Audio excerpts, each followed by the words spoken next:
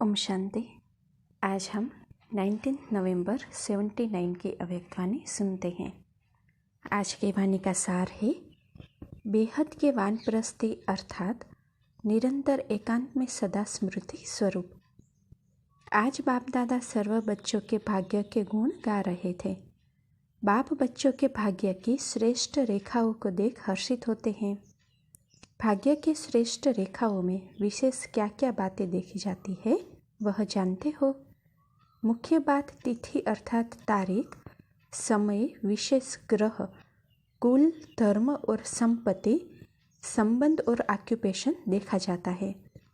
इन सब बातों से भाग्य को देखते हैं। सर्वोच्च भाग्यशाली आप सभी अपनी इन सब बातों को अच्छी तरह से जानते हो। आप सबकी तिथि कौन सी है? आज तक भी अपने भाग्य को जन्म की तारीख से या राशि से देखते हैं। तो आप सबकी राशि और तारीख कौन सी है? जन्म की तारीख कौन सी है? आप सब कब अवतरित हुए? ब्राह्मण कब अवतरित हुए? जो बाप के अवतरण की तारीख है वह आपकी है। ब्रह्मा सहित ब्राह्मण भी पैदा हुए, तो जो आदि रतन है उनकी तारीख कौन सी कहेंगे? बाप के अवतरण की तारीख आदि रत्नों के जन्म की तारीख है। समय कौन सा है? यह संगम ब्रह्मा मुहूर्त का समय है। तो सभी के जन्म का समय है ब्रह्म मुहूर्त। और राशि कौन सी है? लौकिक राशियाँ तो भिन्न भिन्न प्रकार की दिखाई है, लेकिन आप सबकी राशि जो बाप की राशि है विश्व कल्याणकारी, वही आप सबकी राशि है। जिस राशि में सर्व बाप के गुण समाये हुए हैं और दशा भी गुरुवार की दशा है, कुल भी सर्वश्रेष्ठ है। डायरेक्ट ईश्वर के कुल के हो, ईश्वरीय कुल है। पोजीशन मास्टर सर्वशक्तिवान हो। संपत्ति अखुट और अविनाशी संपत्ति है। धर्म ब्राह्मण चोटी के हो। बुद्धि की लाइन विशाल और त्रिकालदर्शी लाइन है। अब सोचो, इससे अधिक भाग्य की रेखाएं और किसी की श्रेष्ठ हो सकती है? कर्म रेखा में निरंतर कर्म योगी, सहज योगी, राजयोगी, यह रेखा बाप ने स्पष्ट खींच ली है। भाग्य के सितारे में ताज और तख्त दिखाई देता है। इससे श्रेष्ठ भाग्य और क्या होगा? अच्छा, गुडियों का अनोखा खेल। आज बाप दादा सर्व भाग्य को देख रहे थे। जैसे बाप सर्व के भाग्य को देख हर्षित होते हैं, वैसे आप सभी स्वयं के भाग्य को देख हर्षित होते हो। छोटी छोटी बातों को, भाग्य को भूल तो नहीं जाते। यह छोटी छोटी बातें क्या बात है? जैसे भक्ति वालों को कहते हो कि यह पूजा आदि गुडियों की पूजा है। गुडियों को खेल कहते हैं। जन्म भी देते हैं, सजाते भी हैं, पूजते भी हैं और फिर डुबोते भी हैं। तो इसको आप गुडियों की पूजा व गुडियों का खेल कहते हो। ऐसे ही मास्टर भाग्य विधाता बच्चे भी इन छोटी छोटी बातों की गुडियों को खेल बहुत करते हैं। रियल बात नहीं होती, लेकिन हिसाब किताब चुकतू होने के लिए व धारणाओं का पेपर लेने के लिए व अपनी स्थिति की चेकिंग होने के लिए यह बातें जीवन में नए नए रूप से आती रहती है। निर्जीव बातें, असार बातें, लेकिन जब सामने आती है जैसे वह जड़ मूर्ति में प्राण भर देते और इतना विस्तार बना देते हैं, वैसे आप सभी भी कभी ईर्ष्या की गुड़िया, कभी वहम की गुड़िया, कभी अनुमान की गुड़िया, कभी आवेश की गुड़िया, कभी रोब की गुड़िया अर्थात मूर्ति बनाकर बात रूपी गुड़िया में प्राण भर देते हो और अनुभव करते और कराते हो कि यह सत्य है, यह बात ठीक है, यह प्राण भर देते हो। और फिर क्या करते हो? आप लोगों का गीत बना हुआ है ना, डूब जा डूब जा। तो क्या करते हो? उसी बात रूपी मूर्ति को आगे पीछे की स्मृति से खूब सजाते हो। साथ साथ जैसे वह भोग लगाते हैं देवी को अर्थात मूर्ति को, वैसे आप भी कौन सा भोग लगाते हो? ज्ञान की पॉइंट्स उल्टे रूप से सोचते हो। अर्थात भोग लगाते हो। यह तो होता ही है, यह तो सब में होता है। ड्रामा अनुसार पुरुषार्थ ही है, कर्मातीत तो अंत में बनना है। इसी प्रकार के ज्ञान के पॉइंट्स, वेराइटी पॉइंट्स रोज भोग लगाते लगाते मजबूर कर देते हो, पक्का कर देते हो। पहले कच्चे भोजन का भोग लगाते हो, फिर पक्का कर देते हो, और फिर उन पॉइंट्स को अर्थात भोग को अकेले नहीं खाते, अपने साथ साथ पंडित कुटुंब भी बिठाते हो, अर्थात और भी परिवार के साथ ही बनाते हो। उनकी बुद्धि को भी यह भोजन स्वीकार कराते हो। लेकिन अंत में क्या करना पड़ता है? ज्ञान सागर बाप की याद में बीती के ज्ञान सागर की लहर में, स्व उन्नति की लहर में, हाई जंप देने की लहर में, स्मृति स्वरूप की स्मृति की लहर में, मास्टर नॉलेजफुल स्वरूप की लहर में, इन अनेक लहरों के बीच इन गुड़ियों को अथवा मूर्तियों को डुबाना ही पड़ता है। लेकिन इतने सारे समय को क्या कहेंगे? इस सारे गुड़ियों के खेल को जैसे भक्ति वालों को कहते हो वेस्ट ऑफ टाइम और मनी, वैसे ही संगम का सर्वश्रेष्ठ समय और ज्ञान व शक्तियों के खजाने को इतना व्यर्थ कर देते हो। तो यह छोटी छोटी बातें क्या हुई? गुड़ियों का खेल। इस खेल में कभी भी अपने को व्यस्त मत करो, सदा अपने श्रेष्ठ भाग्य को देखो। वर्तमान समय के प्रमाण अभी वानप्रस्थ अवस्था के समीप हो। वानप्रस्थी गुड़ियों का खेल नहीं करते हैं, वानप्रस्थी एकांत और सुमिरन में ही रहते हैं। तो आप सब बेहद के वानप्रस्थी सदा एक के अंत में अर्थात निरंतर एकांत में सदा स्मृति स्वरूप हो। यह है बेहद के वानप्रस्थी की स्थिति। अच्छा, फिर बाप दादा ने 3 मिनट ड्रिल कराई। यह स्थिति अच्छी नहीं लगती। जो चीज़ अच्छी लगती है वह तो सदा याद रहती है। अब बाप व आप क्या चाहते हो? एक ही बात चाहते हो, बाप और बच्चे समान हो जाए, सदा याद में समाये रहे। समाना नहीं चाहते हो, समान बनना ही समाना है। समझा कि बाप क्या चाहते हैं व आप क्या चाहते हो? यह सीजन स्वरूप देखने की है या सिर्फ सुनने की है? फिर सुनाएंगे कि समय क्या पुकार रहा है, भक्त क्या पुकार रहे हैं, दुखी अशांत आत्माएं क्या पुकार रही है, धर्म नेताएं, वैज्ञानिक, राजनैतिक क्या पुकार रहे हैं, प्रकृति भी क्या पुकार कर रही है। सबकी पुकार हे उपकारी आत्माएं सुनने में आती है या गुड़ियों के खेल में बिजी हो? अच्छा, फिर सबकी पुकार सुनाएंगे। आप लोग भी कल अमृत वेले सुनना।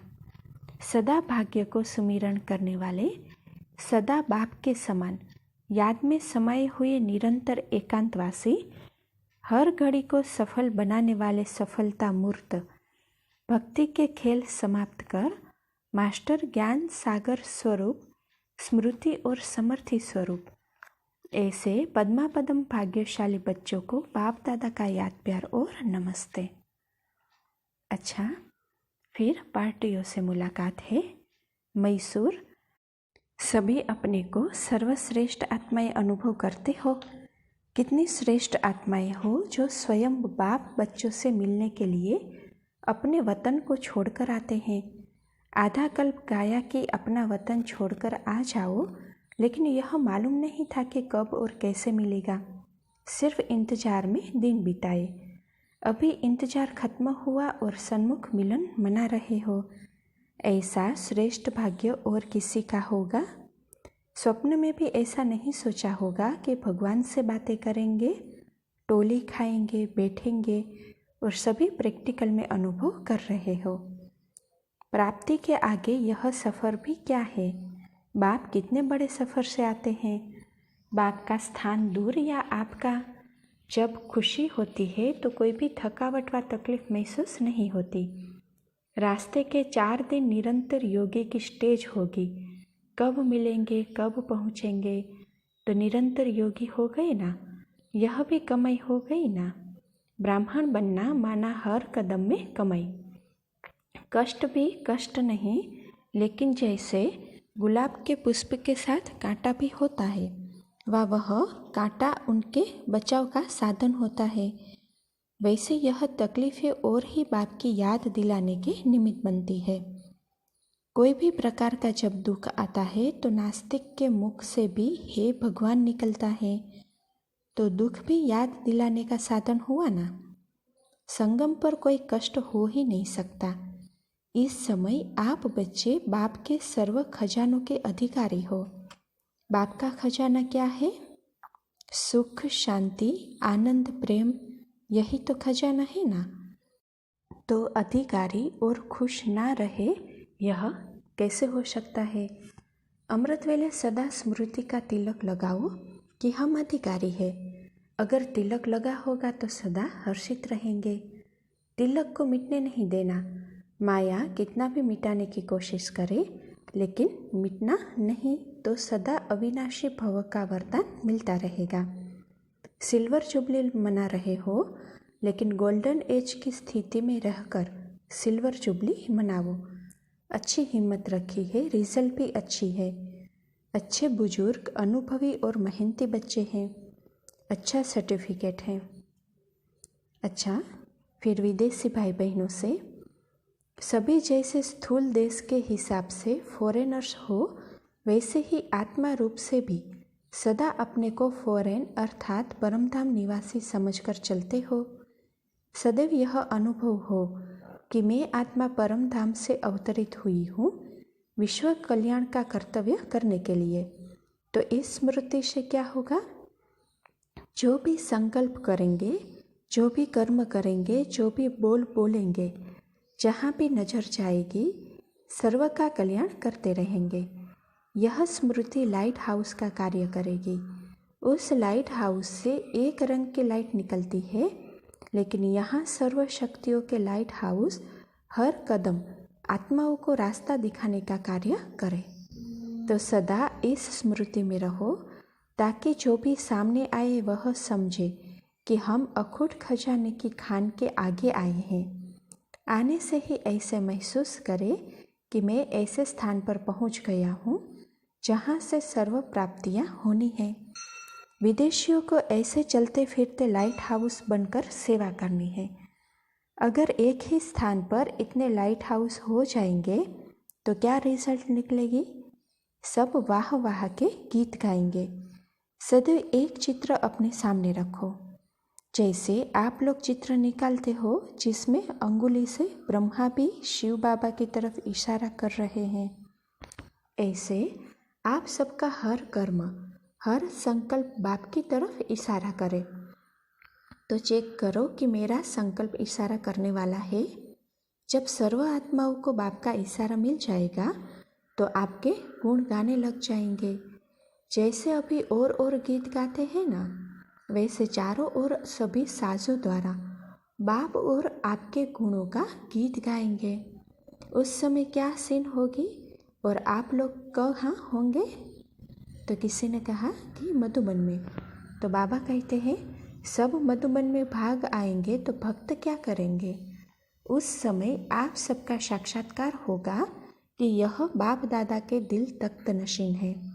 उस समय आप तख्त नशीन नजर आएंगे। तब सारी दुनिया हाय हाय करेगी और आप लोग उनको वरदान देंगे। ऐसा साक्षात्कार अपने आप को अपना होता है कि हम तख्त नशीन हैं। ब्राह्मण अर्थात अधिकारी। तो अधिकार लेना है व जन्म से ही अधिकारी हो। बाप दादा सभी को सदैव तख्त और ताजदारी दिखाते हैं। तख्त से उतर आते हो क्या? जो श्रेष्ठ आत्माएं होती है वह कभी भी बिना गलीचे के नीचे पाँव नहीं रखती। आप सबसे बड़े से बड़े हो तो तख्त से नीचे पाँव नहीं रखना। तख्त पर ही रखते हो, पीते हो, घूमते हो, चलते हो। इतना बड़े से बड़ा तख्त है। समझा फॉरेनर्स का क्या पोजीशन है?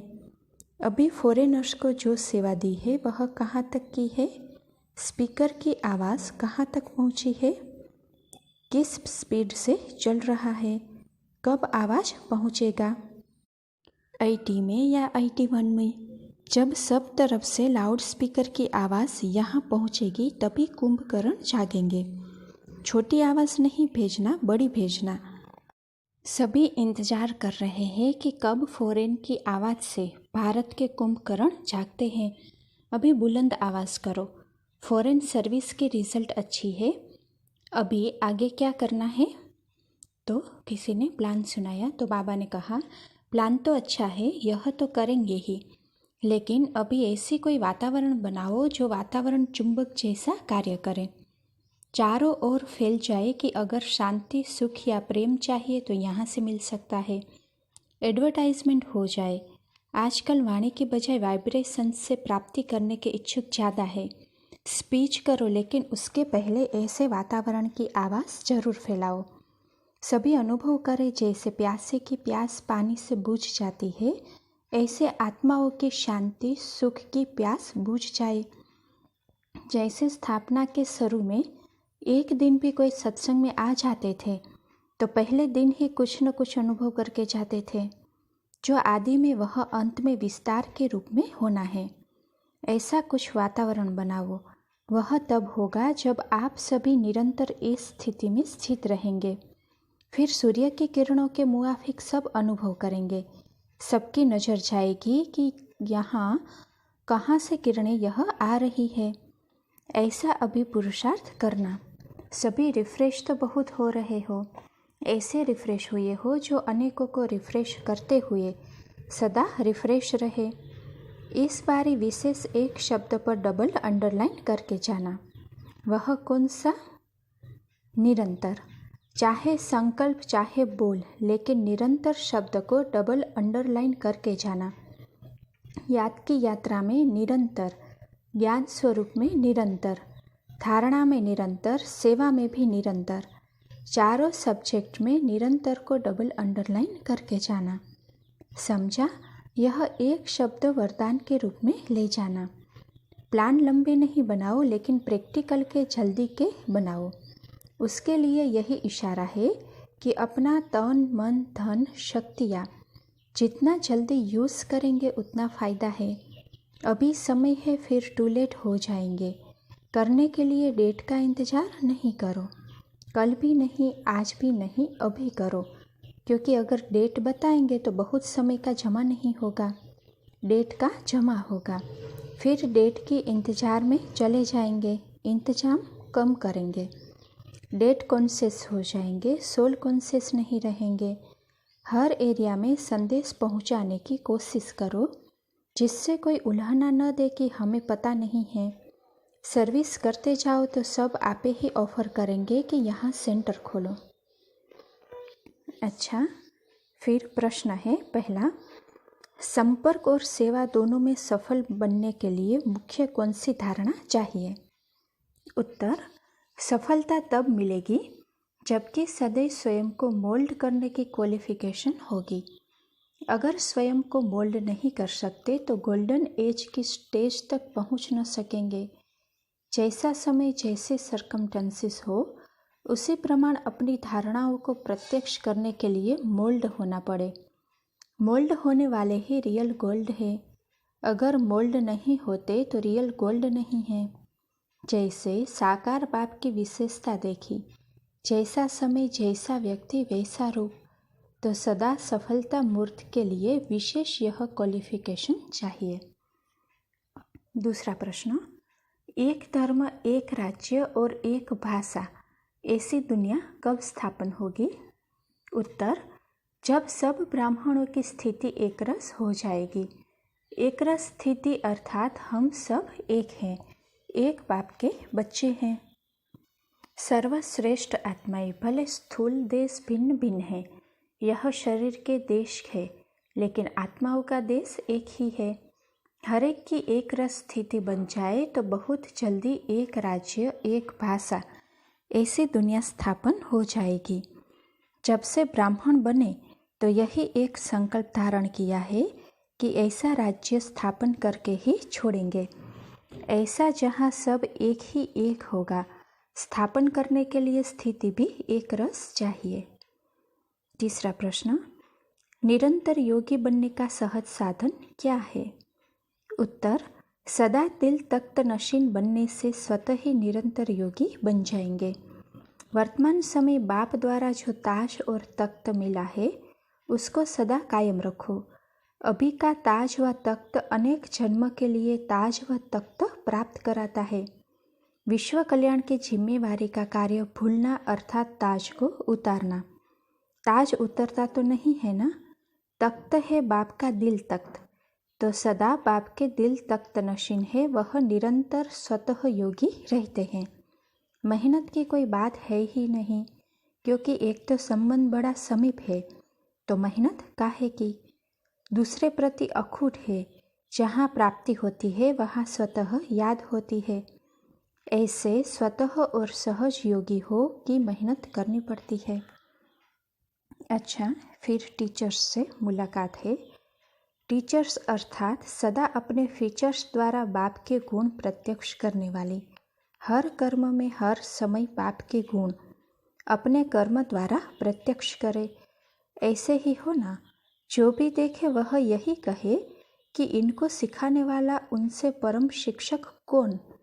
आपको देखते ही बाप की याद आ जाए, आपका हर कर्म बाप की तरफ इशारा करने वाला हो।